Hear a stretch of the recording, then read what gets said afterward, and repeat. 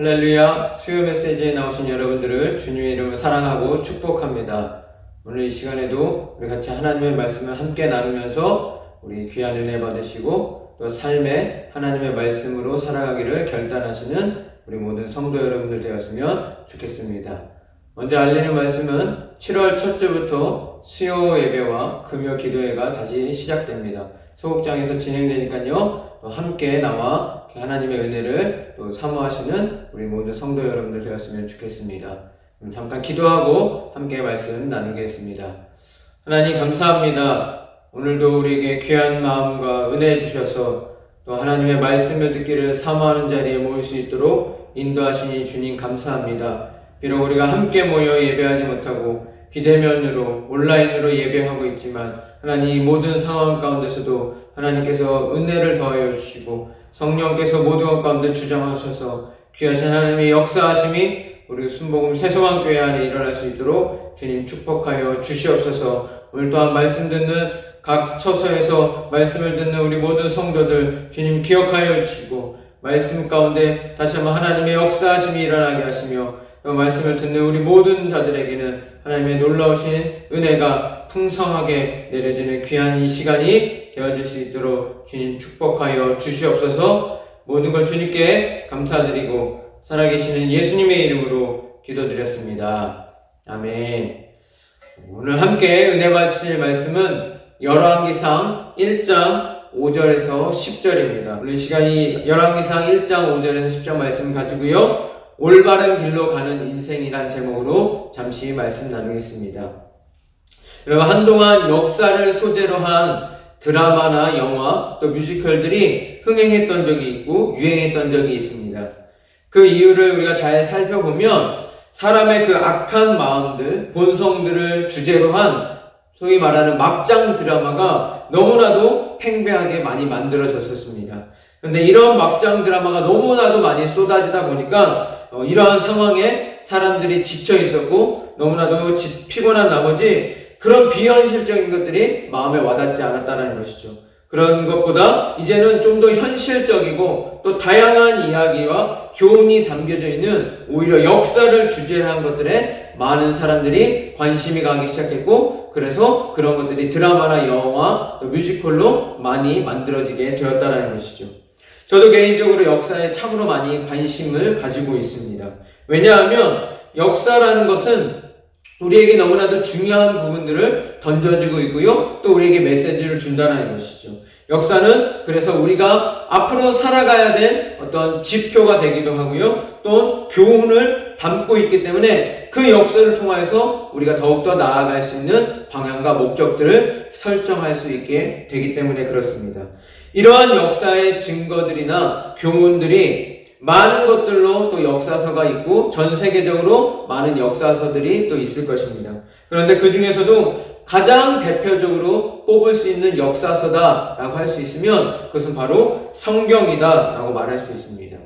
성경 안에는 하나님의 이야기가 담겨져 있지만 특별히 하나님께서 어떻게 일하시고 역사하셨는지 그 역사하시는 흐름들이 바로 성경 안에 담겨져 있기 때문에 그렇습니다. 특별히 이 성경 안에서도 오늘 우리가 봤던 열왕기상을 비롯해서 사무엘상하, 열왕기상하는 매우 역동적이고 생동감 있는 역사인 동시에 하나님의 이야기다라고 볼 수 있다는 것이죠. 그래서 오늘 우리가 읽었던 본문의 이 열왕기에서도 우리는 하나님께서 원하시는 뜻과 교훈을 배울 수 있습니다. 그래서 오늘 같이 우리가 함께 말씀을 통하여서 하나님께서 우리 가운데 또한 원하시는 올바른 길이 무엇이고 또 하나님께서 우리에게 주시고자 하는 교훈이 무엇인지를 오늘 같이 함께 살펴보기를 원합니다. 오늘 우리가 읽지는 않았지만 앞서서 열왕기상 1장부터 우리가 자세히 차차 읽어보시면 이제 다윗이요, 나이가 들어서 제대로 거동을 하지 못하는 상황 가운데 있습니다. 잠도 제대로 자지 못하고 있고요. 그래서 오늘 본문에 등장하는 다윗의 세 번째 아들인 이 아도니아는요, 이런 다윗의 이제 말미에 드디어 이제 무엇을 드러내기 시작하냐면 왕위에 오를 것을 탐내고 있고 그렇게 모습을 드러내고 있습니다. 그러면서 성경은 아도니아에 대해서 설명하고 있는데요, 우리가 읽었던 6절에 보면은 이렇게 아도니아에 대해서 기록하고 있습니다. 그는 압살롬 다음에 태어난 자요, 용모가 심히 준수한 자다라고 기록하고 있습니다. 한마디로 이야기하면 잘생겼다라는 것입니다. 여러분 잘생기면 좋죠? 요즘 잘생긴 자들이 또 그래서 연예인도 하는 것이고 또 방송을 타는 거다라고 저는 생각하는데, 그런데 여러분들 성경에서 말하는 단 잘생겼다라는 의미는 솔직히 마냥 좋은 것으로만 우리가 해석할 수 없고 볼 수 없다라는 것을 여러분도 성경을 읽으셨다라면 잘 알고 계실 것입니다. 여러분 성경에서 오늘 아도니아를 비롯해서 먼저 사울을 표현할 때도 가장 먼저 나온 말이 그게 뭐냐면 바로 그의 외모가 준수하다라고 성경은 기록하고 있습니다. 결국 사울의 말미가 어땠죠? 바로 하나님을 향한 믿음을 저버리고요, 자신의 뜻과 마음대로 행동하는 사울의 모습을 우리는 볼 수 있습니다. 또 다윗의 두 번째 아들이었던 압살롬도 성경은 먼저 뭐라고 기록하고 있냐면 머리카락이 길고 외모가 수려했다라고 성경은 기록하고 있습니다. 그러한 압살롬은 결국 우리가 잘 아시는 것처럼 아버지인 다윗을 배신하고요, 자신이 왕위에 오르려고 노력했었고 한때는 왕위에 올랐던 자이기도 합니다. 그렇게 하나님의 계획을 온전히 따르지 못했던 자로 성경은 또한 압살롬에 대해서 기록하고 있습니다. 그런데 오늘 이 아도니아도 마찬가지로 성경이 가장 먼저 무엇을 이야기하고 있냐면 바로 외모에 대해서 가장 먼저 언급하고 있다는 것은 앞서서 사울도 그랬고 압살롬도 그랬던 것처럼 아도니아도 결국 우리가 유추해 볼 수 있는 것은 바로 무엇이냐면 하나님을 향한 믿음이나 신실함이 부족하거나 없는 것을 우리가 생각할 수 있고요, 또한 하나님의 계획과 뜻에는 전혀 맞지 않는 인물로 우리는 볼 수 있다는 것이죠.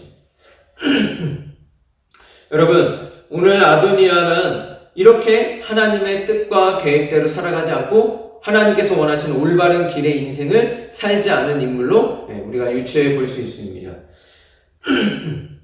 그리고 아도니아는 또 잘 생각해 보면 가만히 있으면 왕이 될 수 있었던 인물이기도 합니다. 왜 그러냐면 다윗의 첫째 아들과 이제 둘째 아들이 없어진 상황이라면 자연스럽게 누가 왕이 되냐면 바로 세 번째 아들인 아도니아가 될 수밖에 없는 상황이라는 것이죠. 그런데 자신이 그냥 가만히 있으면 왕위에 오른 것을 그는 기다린 것이 아니라 오히려 아도니아는 자신의 꾀로, 자신의 술수로, 자신의 방법으로 힘써서 노력해서 왕이 되려고 오히려 무엇을 하고 있냐면 아버지를 속이며 음모를 꾸미고 있는 장면들을 오늘 우리는 성경을 통해서 볼 수 있다는 것이죠. 그래서 7절에도 보면은요, 아도니아는 당시 가장 실세였던 요압 장군을 포섭했고요, 또 제사장인 아비아다를 포섭해서 모의했다라고 기록하고 있습니다. 아도니아는요, 사람을 먼저 참으로 많이 의지했던 모습들을 성경은 계속해서 이야기하고 있습니다. 이런 것을 우리가 다시 한번 통해서 볼 때 정말 아도니아는 하나님의 뜻이나 계획에는 전혀 관심이 없구나 라는 것을 우리는 또다시 생각해 볼 수 있다는 것이죠. 그래서 아도니아는 오히려 하나님을 먼저 의지하는 것보다 사람을 포섭했고요, 또 군대를 모으고 있고 스스로 왕이 되어야겠다라고 선언했던 자가 바로 아도니아입니다. 예전이나 지금이나 세상은 늘 이렇게 이야기하고 있습니다. 줄을 잘 서야 된다라고 말하는 것이 세상 사람들의 말이고요, 또 세상은 그렇게 줄을 잘 서려고 많은 사람들이 노력하고 있습니다. 하지만 이러한 인생은요, 하나님께서 원하시는 인생이 아니고 또 하나님께서 원하시는 올바른 인생을 살아가는 모습이 아니다라는 것이죠. 그럼 우리는 오늘 이 시간 아도니아를 우리가 살펴봤는데, 그러면 정반대로 정말 하나님께서 원하시는 올바른 길을 가려고 노력했고 힘썼던 인물을 한 번 더 살펴보려고 합니다. 그 인물은 바로 누구냐면 바로 솔로몬입니다. 여러분, 솔로몬은 왕위를 계승할 예정이었지만 오늘 이 아도니아의 반역 쿠데타 때문에 순조롭지 못한 상황을 지금 직면하고 있고 맞이하고 있습니다. 왜냐하면 왕이 되려고 되기 위해서 꼭 필요했던 인물이 있는데 그가 바로 누구냐면 오늘 요압과 아비아달인데, 이 요압과 아비아달이 어디 편에 서 있냐면 바로 아도니아의 편에 서 있기 때문에 그렇습니다. 이런 상황들 때문에 솔로몬은 참으로 당황스럽고 위태로운 상황이었다는 것이죠. 하지만 하나님은 이러한 솔로몬이 더 이러한 상황일 때일수록 하나님을 더욱더 의지하기를 원했고요. 하나님께서 원하시는 올바른 길을 살아가려고 했을 때 하나님이 이러한 위기 가운데서도 사람의 수단과 방법을 사용하는 아도니아보다 솔로몬에게 더 놀라운 일을 보여주고 계시고요. 상황을 더욱더 솔로몬에게 좋은 길로 열어가시는 모습을 우리는 이 오늘 읽은 본문은 아니지만 그 뒤에 보면 우리가 살펴볼 수 있습니다. 하나님은 가장 먼저 그래서 솔로몬에게 무엇을 보여주시냐면 솔로몬이 진정한 왕위를 물려받을 정통성이 있다라는 것을 인정해주는 장면을 우리는 볼 수 있습니다. 그래서 다윗은 직접 제사장, 사독과 또 선지자 나단, 또 브나야를 자신 앞으로 불러서 이제는 종교적으로 정치적으로 솔로몬이 진정한 자신의 후계자임을 인정하고 선포하도록 하셨다는 것이죠. 그리고 또 한 가지는요, 아도니아는 자기가 스스로 왕이 되었음을 선포했는데 그 장소와 또 다윗이 솔로몬에게 왕이 계심을 선포한 장소를 비교하면 너무나도 큰 차이가 있음을 우리는 찾아볼 수 있습니다.